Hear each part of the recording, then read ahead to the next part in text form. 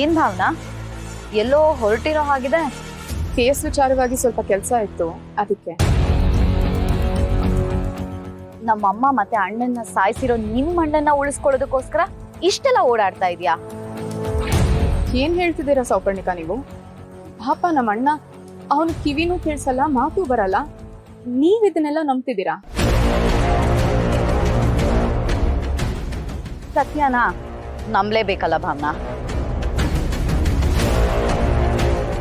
ನೀವು ಸುಮ್ಮನಿರು ಬಂಗಾರಿ, ನಾನು ಮಾತಾಡ್ತೀನಿ. ಏನು ಭಾವನಾ, ನೀನು ನಿಮ್ಮ ಮನೆಯವರೆಲ್ಲ ಸೇರ್ಕೊಂಡು ನಮ್ಮ ಅತ್ತೆ ಭಾವನ ಸಾಯಿಸ್ಬಿಟ್ಟು ಈಗ ಕಾನೂನು ಮಾತಾಡ್ತಿದ್ಯಾ? ಏನ್ರಿ ಹಿಂಗೆಲ್ಲ ಮಾತಾಡ್ತಿದ್ರಾ? ಬಾಯಿಗೆ ಬಂದಂಗೆಲ್ಲ ಮಾತಾಡ್ಬೇಡಿ, ಮರ್ಯಾದೆ ಕೊಟ್ಟು ಮಾತಾಡಿ. ಇವಳಿಗೇನ್ರಿ ಮರ್ಯಾದೆ? ಆಕ್ಸಿಡೆಂಟ್ ಮಾಡಿರೋರಿಗೆಲ್ಲ ಮರ್ಯಾದೆ ಕೊಟ್ಕೊಂಡು ಕೂರಕ್ಕೆ ನನಗೇನು ತಲೆ ಕೆಟ್ಟಿಲ್ಲ. ಅದೇನೋ ಹೇಳ್ತಾರಲ್ಲ, ಮಗುನು ಚಿವ್ಟಿ ತೊಟ್ಲುನು ತೂಗ್ತಾರೆ ಅಂತ, ಹಾಗಾಯ್ತು ಅಲ್ವಾ ಭಾವನಾ? ನೋಡಿ, ನೀವಿಬ್ರು ಈ ಸಲ ಎಲ್ಲೆಲ್ಲ ತಗೊಂಡೋಗ್ತಿದ್ದೀರಾ, ಇದು ಸರಿ ಇರಕ್ಕಿಲ್ಲ. ಓಹೋ, ಧಮಕಿ ಆಗ್ತಿದ್ದೀರಾ? ನೀವು ಹೆದರ್ಸ್ಬಿಟ್ರೆ ನಾವು ಹೆದರ್ಕೊಂಡ್ಬಿಡ್ಬೇಕಾ? ನೋಡಿ ಸಿದ್ದು ಅವ್ರೆ, ನಮಗೂ ನಿಮ್ಗೂ ಏನೂ ಇಲ್ಲ. ಭಾವನಾ ಅವರನ್ನ ಆಕ್ಸಿಡೆಂಟ್ ಮಾಡಿಸಿ ಇನ್ನೂ ಬದುಕಿದಾನೆ.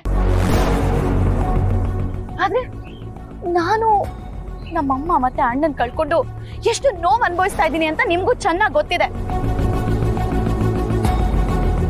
ಅಷ್ಟೇ ಅಲ್ಲ, ಖುಷಿ ಪುಟ್ಟ ಇವತ್ತು ಅನಾಥೆ ಆಗಿದ್ದಾಳೆ. ಇದೆಲ್ಲ ನಿಮಗೆ ಹೇಗ್ರಿ ಅರ್ಥ ಆಗ್ಬೇಕು?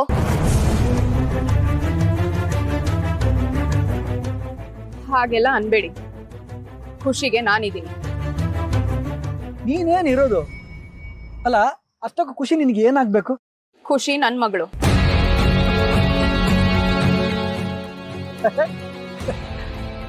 ನಮ್ಮ ಭಾವನ್ ಮದ್ವೆನೇ ಆಗದೆ ಖುಷಿಯಾಗಿ ನಿನ್ನ ಮಗಳಾಗ್ಬಿಡ್ತಾಳೆ. ಹಾ, ಯಾರು ಏನೇ ಅಂದ್ರೂ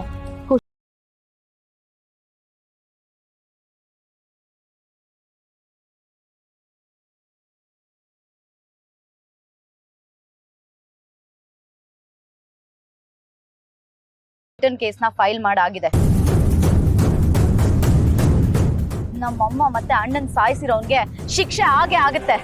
ನನಗ್ ಚೆನ್ನಾಗ್ ಗೊತ್ತಿದೆ ಇದೆಲ್ಲ ನೀವೇ ಬೇಕು ಅಂತ ಮಾಡಿರೋದು ಅಂತ. ನಿಮ್ಗೆಲ್ಲ ನಮ್ಮ ಅಣ್ಣನ ಆಸ್ತಿನ ಹೊಡೆಯೋ ಉದ್ದೇಶ ಇದೆ. ಅದಕ್ಕೆ ಇವತ್ತು ನನ್ನ ಅಣ್ಣ ಮತ್ತೆ ಅಮ್ಮನ್ನ ಕಿತ್ಕೊಂಡ್ಬಿಟ್ರಿ.